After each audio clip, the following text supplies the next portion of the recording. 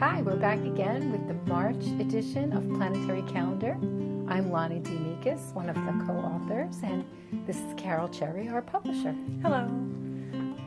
It's going to be a big month, March of 2015. We start off with Mars so close to the planet at its closest approach, and I think that that's going to sort of set the tone largely for the month, as Aries is ruled by Mars, and Mars is in Aries right now.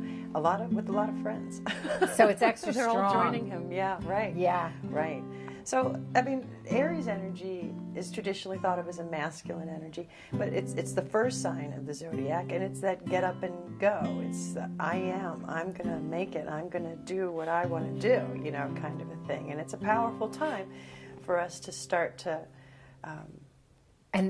implement projects that are important to us. And there you said the word that I most associate with Aries and Mars as well. It's start. Mm-hmm. So the trick is going to be to see it through and finish, because right. Aries is great at starting things, great with the brand new idea, little soft on the follow-up. So that's going to be one of the challenges, I think. Well, but that's why Taurus comes next.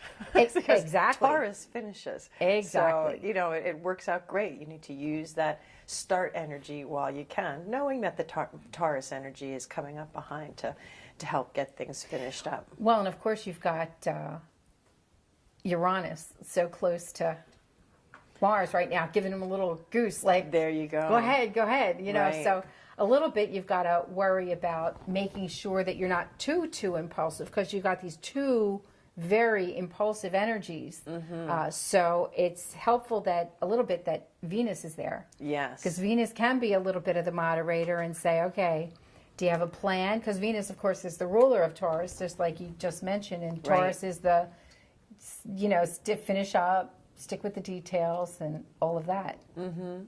So right now we have Mars in Aries, and we have Uranus in Aries and Venus in Aries, and Mars is right there with that south node. Nodes are making a big show this year, in my opinion. I'm seeing a lot of node activity in the lunations that we're seeing, which is interesting, because people had been talking in the end of last year as well of remembering who we kind of came here to be, and getting back to our incarnational mission, as it were. And the nodes really represent that. The north node is kind of where you're going and what you've kind of come here to do, and the south node is where you've come from, and like the skills that you have brought to you, with you from past lives. Exactly. And things like that. And so that's very interesting to have, and Mars is so close to the south node on March 5th with that lunation there, the full moon, and it really gives the feeling that action, but because it's the south node, we might be tempted to behave in an old way, and not, although the nodes That's are retrograde a really good right point. now also. Well, they're mostly retrograde, but also with that full moon, that gives you sort of the sense that all the information is out in the open. That's another dynamic of the full moon, because it lights everything up. And so maybe those big ideas and those great inspirations, along with the talents that you've brought from the past, will be able to be implemented as we make the circuit around the lunations of the month. And even Venus and Uranus are close enough to that south node as well, so our comfort, what we have always done for comfort, perhaps needs a change as Uranus is there, and we need to marshal the action, with Aries there to get that going, So it's an important time. I mean, the whole year so far there's a real, Ralph keeps saying when you have the lunations early in the month there, and that there's a sense of anticipation and excitement and looking forward, and I'm seeing that in a lot of people. People are raring to go, ready to get things moving and get things started and be able to capitalize on the gains from last year, and clean out the things that didn't work out from last year and things. And it's really exciting to see people bursting forward.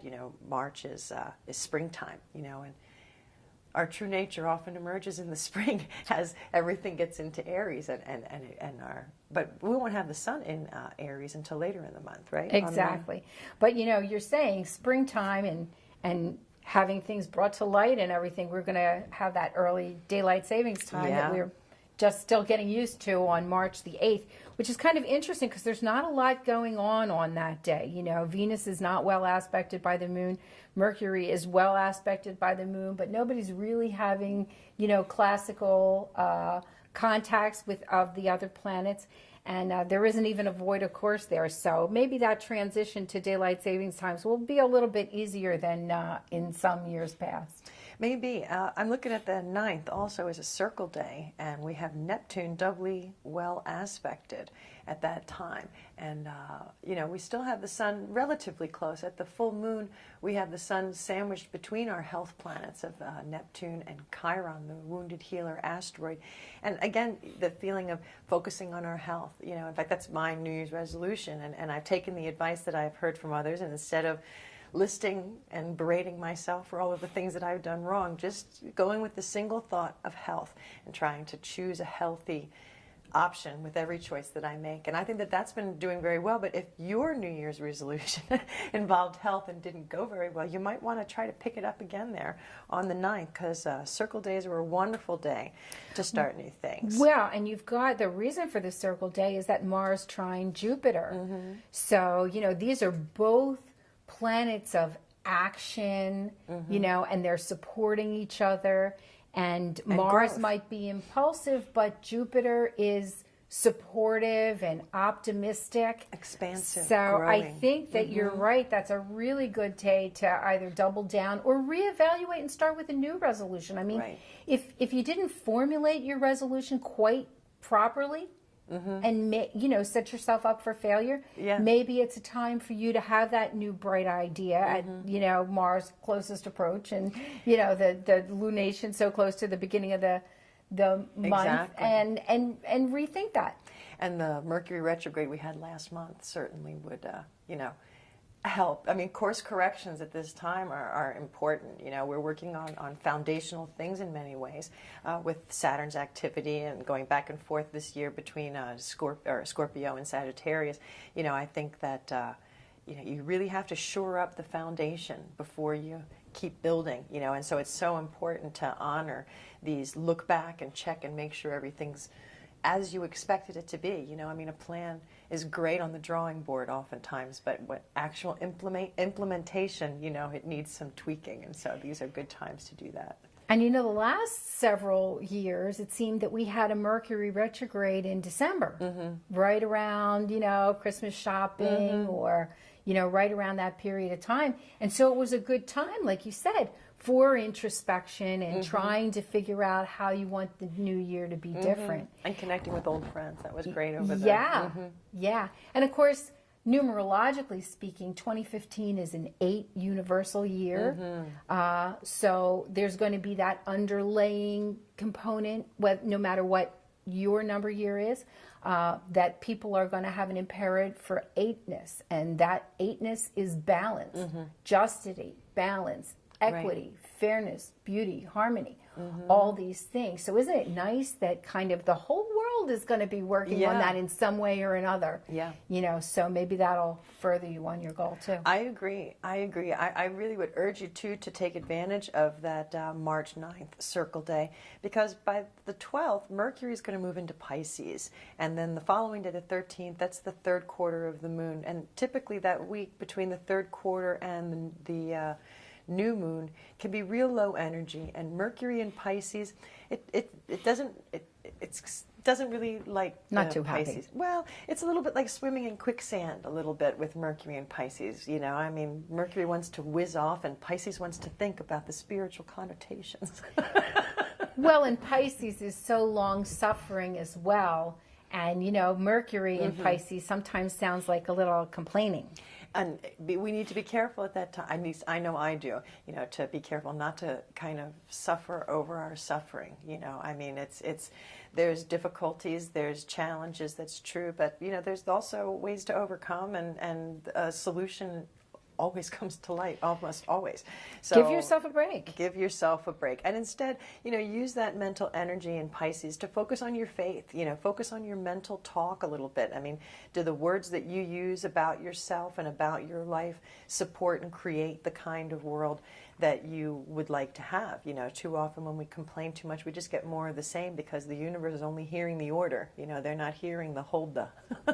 They just hear, this is terrible, and they said more. They figured the course must not be hard enough for us. So we have to be very careful of our mental dialogue. And if you haven't figured out how to give yourself a break with that Mercury in Pisces before the 17th, on the 17th, Venus enters Taurus. And Venus in Taurus knows how to give yourself a break because that's about comfort, about self-indulgence, about good food and good friends and socializing, and also adds that completion aspect to whatever has sort of gotten off to maybe a quick or rocky or not quite complete start.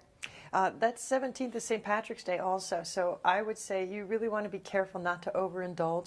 It's so easy to, Venus and Taurus, you want to eat good, you want to sleep well, you want to relax and take care, indulge a bit, but on St. Patrick's Day, it can be hard to overdo it on the corned beef and cabbage or spirits. Well, that would be the best thing to overdo it on, would be right. the corned beef and cabbage. There's the Right. other things that take you down the garden path that wouldn't be so good. Exactly. While we're here at that week, let me say that Sunday the 15th is Mothering Sunday to my friends in the UK or who have mothers in the UK. The 16th is a Box Day, and that is because Mercury is squaring Saturn and because Pluto is squaring Uranus.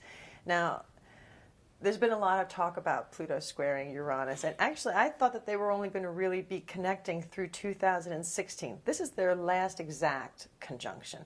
Right. And many of us are going to...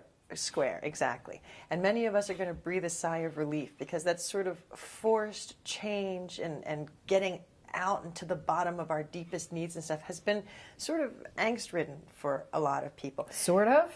Well... Yeah.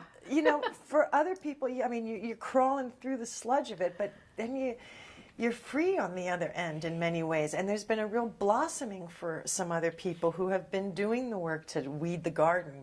The flowers are gorgeous, and so it's really a helpful thing. And I don't want us to just skip off and say, okay, that's done, because this is going to be the last chance for us this year, really. By the end of the year, they're far enough away that they're not going to be dancing, as it were. But they will be dancing, as it were. Through even 2020, we saw an aspect that was close enough to be considered a square. It's a loose square, that's for sure. It won't have another exact conjunction in our lifetime. Right. Yeah. So you definitely want to use that energy, if things are hard, if things are difficult, break out. Now is the chance, is your time to do that. And it's a circle, it's a square day, and that's because the energies are not really expected, but in many ways, the things that people are dealing with that transit are so old. They're stuff that you've been living with for a long time. They're things that, might even be stuff that you watched your parents struggle with, stuff that you've learned from other people, kind of a thing. So, that it's really a good day to try to do something different in the personal needs department if things aren't going the way that you want. And really draw on the Scorpio in your chart, because the Scorpio looks at that very often and says, wow, time to get rid of that. What else can I burn down? Because you know that it's holding you back. The challenge with Pluto is it forces you on its time schedule, not your time schedule, to look at these things that make you a little queasy, that make you a little uncomfortable. Well, but it's better out than in. You need to address it and then move on. And so, as you said, if this is the last exact, and it is the last exact square before they start moving apart from each other, and then we have a bunch of years to worry about an opposition way in 2046. But so we have an opportunity to really just kind of rebuild and renew our life on our own terms now. So That can be very freeing. And it is. It's exciting and it's freeing, and I wish you all the very best with that. We have a teeny tiny void of course moon that day too. It's just 12 minutes. And oh no, the 2 16th. hours. Oh, I'm sorry. It is 2 hours and 12 minutes. My mistake. All right, so the other thing I want to mention to you guys before we move past is people are asking me why I put L. Ron Hubbard's birthday on the calendar on March 18th, and that is because each year when I go and gather the holidays, I get a list of all the holidays for all the traditions, and that's the only holiday for Scientology. So I felt like I could not ignore it, you know, and it's there. The week after we have Divine Mother Day, which is a Cometan holiday, and I've added that for a friend of mine who recently asked me, please, there's not enough Cometan holidays on there on the 25th. So if there's a holiday in your faith that you feel should be on the planetary calendar, please don't hesitate to contact me at planetarycalendar.com and let me know. I'll be happy to add it on. We move things all around to make room in the boxes for that, because look at the 20th, that's loaded with everything that you can think of. So we've got the new moon, we've got the sun entering Aries, we've got the total eclipse, we've got a Wicca holiday. And then the next day, New Year's for the Hindu, and Ramayana begins. I mean, it's and a black box day. Right. So there's a lot going on that day. So if you can take a long weekend, take that day off. The 20th is the perfect day for you to take a day off. Thank you. All right. Yeah, so the 20th, that's sort of the main event for this month. I mean, it's certainly a turning point, because you'll see that the energy really changes. Because in the beginning of the month, there was so much of a dominance of Aries. And even though Mars is still in Aries with Uranus, there's so many others that have caught up with the sun at the last degree of Pisces on the 20th at the time of the full moon, that we're going to have that transition into that Piscean energy, just as the signs change into Aries, which is kind of funny. It's kind of a mutual reception, because you started out with the sun in Pisces, but the Aries energy was dominant, and now as the sun goes into Aries, the Pisces energy will take over a little bit for a short time. Yes, indeed. Yes, indeed. The eclipses are often, I always like to refer to them as our, universal midterms and things like that. This one's going to be a midterm, not a final, so I think that we'll be okay. It's not going to be...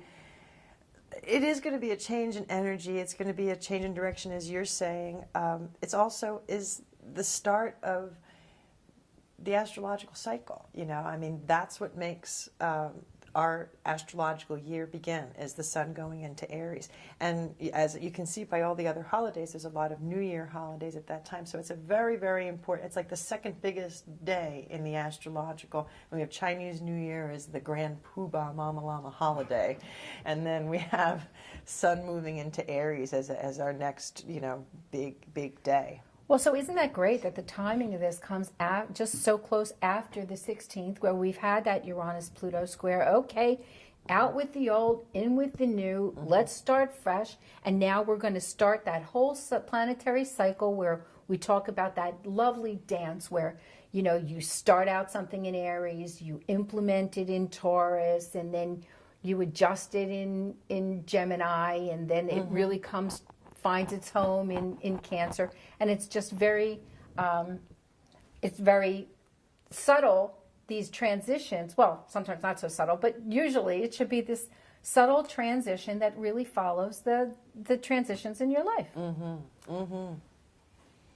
It's poetic, really, the way that the universe sort of leads us by the hand, and we get through all of the different facets.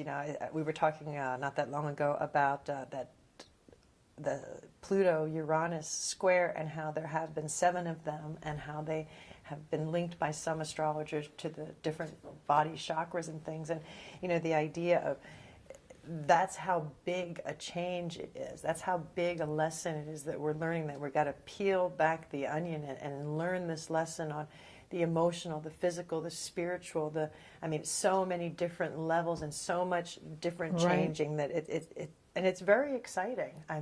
For a lot of people I know, it's people feel like they could fly, in some cases. They just feel so empowered by how much better things are that they've taken the time to make these changes, and some people can see that down the line, and some people are digging their heels in and refusing to go. And it's interesting to see, the quality of the passage different depending upon your attitude. And this year, we had a lot of people patting themselves on the back, and rightly so, for having gone through the challenges of 2014. I mean, 2014 beat a lot of people up. Especially in this area. Yeah, and depending on, what area of your life these challenging transits and everything fell, you know. But, of course, 2014 was a 7-year, and that's a lot about discovery and learning about higher knowledge.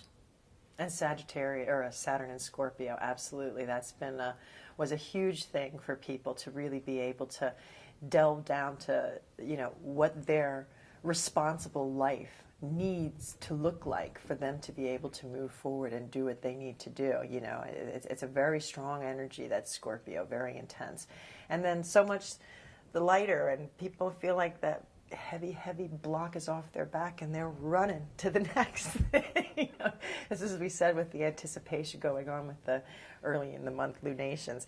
I think that there is no more dramatic difference than between Saturn and Scorpio and Saturn and Sagittarius. I agree. And thank goodness, because Saturn in Sagittarius is like the gift at the end of the rainbow for having gone through Saturn and Scorpio. And I think we'll be saying the same thing between Saturn in Capricorn and Saturn in Aquarius. I think they will be very different feelings to those kinds of energies also. Although Saturn is the traditional ruler of both those signs. Oh, yes, so indeed. that's it's usually a little bit Saturn can get a little stodgy. So when Saturn is in Capricorn, that brings out the stodginess of it. So isn't it nice, again, this dance, this transition, that when Saturn goes into its other rulership of Aquarius, it kind of lightens up and tries to, stretch in different directions. So. Well, and we're going to find, too, that when, Saturn stays in a sign for 2.5 years approximately. And so in 2.5 years, Saturn's going to move into Capricorn where Pluto is. And so we're going to have Saturn plus Pluto in Capricorn to see what they wind up doing for us. So are we ready for some words of wisdom from our co-author, Ralph D'Amicis? He writes these wonderful forecasts, the monthly forecast there, and I know you picked out a line, and I picked out a line. The last paragraph, so I'll do my part. On the 17th, Venus glides into Taurus with a rose and a kiss. Watch that sudden attacks of flirting don't trigger jealous glares. On the 31st, Mars enters Taurus, so be prepared for tempers to fly, but they pass quickly, so don't take them too seriously. And I picked out, keep your eye on the 20th, the first day of spring, and this total solar eclipse. Your intuition is highly tuned and your imagination is distracted. So keep your eye on the ball and trust your muscle memory, and you will get the hits you need. There you go. And then the month ends with Palm Sunday on the 29th, and daylight time starts in the EU, the European Union. And of course, we have... we can't forget about the fact that the month is really going to end with a bang, because when planets change signs, they cause turbulence. So there's always something going. It could be good, could be bad, but it's especially a turbulent ones, day. Though. Yes. So on the 30th, Mercury is entering Aries. Headstrong Aries. And then Mars changes sign into Taurus, which I think is, Mars may not like Taurus too much because it's a little plodding for Mars's taste, but I like the feeling of Mars and Taurus. It really gets it done.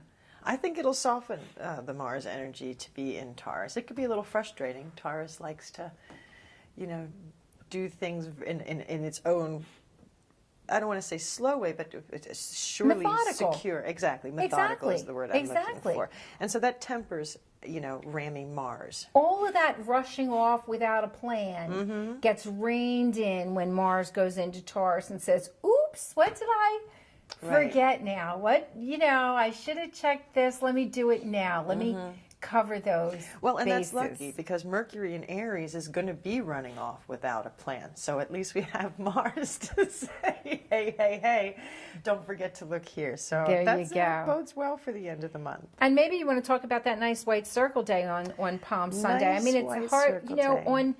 on Palm Sunday, you may not think of that as a day to get something started, but in this day and age, you know, so much can be done on computers, so much can be done automated so that it just starts on that date, you know, with that nice white circle energy, because we've got Venus trine Pluto, which is nice because it sees things that maybe you wouldn't have necessarily thought of. Yes. And the sun trine moon. And Jupiter well aspected and Saturn well aspected. Again, you know, And a Leo moon. I mean, you got to love a Leo a moon. courageous Leo moon, in fact, you know, and that's what makes me think. We talked about this year being sort of a personal year more than a professional year. You know, we very often think start a project, it's got to be something that makes money, or it's got to be, you know, it doesn't. It could be something just for you. You know, maybe you're going to redecorate your home, you know, so that it's more reflective of who you are. Or maybe, you know, maybe Palm Sunday, maybe you'll go back and mend a relationship or something like that also. You know, it's a wonderful time for families to get together. Or renew your faith, or exactly. any of these things. Exactly. So, you know, as much as we're very often, when it's a Sunday, you know, it is harder to get some business done. It's not impossible, but it is not quite what I think of first. My first thought on a Sunday is it's a family or a personal project to begin. So. And this is kind of a classic month. We've got 2 white circle days, 2 black box days. But remember, you can start a project on another day that is at least not a black box day, and look particularly, see if your planet is well aspected by the moon. That means it's above the bold number on the day of the calendar. Right. So you've got that emotional support for whatever the ruler of your sun sign might be.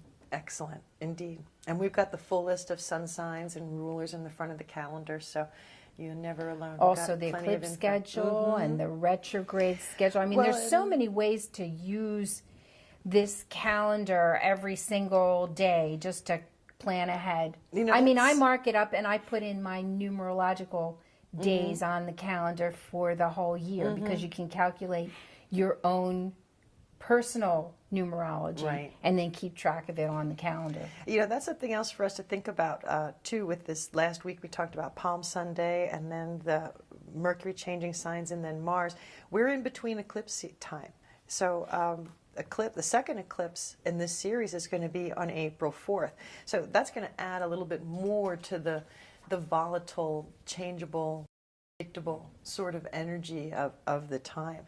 So if you know, just take deep breaths, take good care of yourself, get plenty of rest, you know, take good care, and then you can be centered and strong enough to be less reactive and be able to deal with these changes and shifts in stride. And enjoy the fact that you get to start a new cycle. Yeah. You know, with that sun in Aries and everything else in Aries at that time, that is really sort of propelling you to start new, start fresh. I mean, there's very many indicators that there's a positive new outlook to be had. Well, so that's the month of March. We will look forward to seeing you next time. You can follow us on Facebook or check in with us at planetarycalendar.com for all the astrological information that we are able to share. And watch other episodes of Planetary Calendar on www.spaceandtime.com or YouTube. Look for Planetary Calendar TV on YouTube. Bye-bye.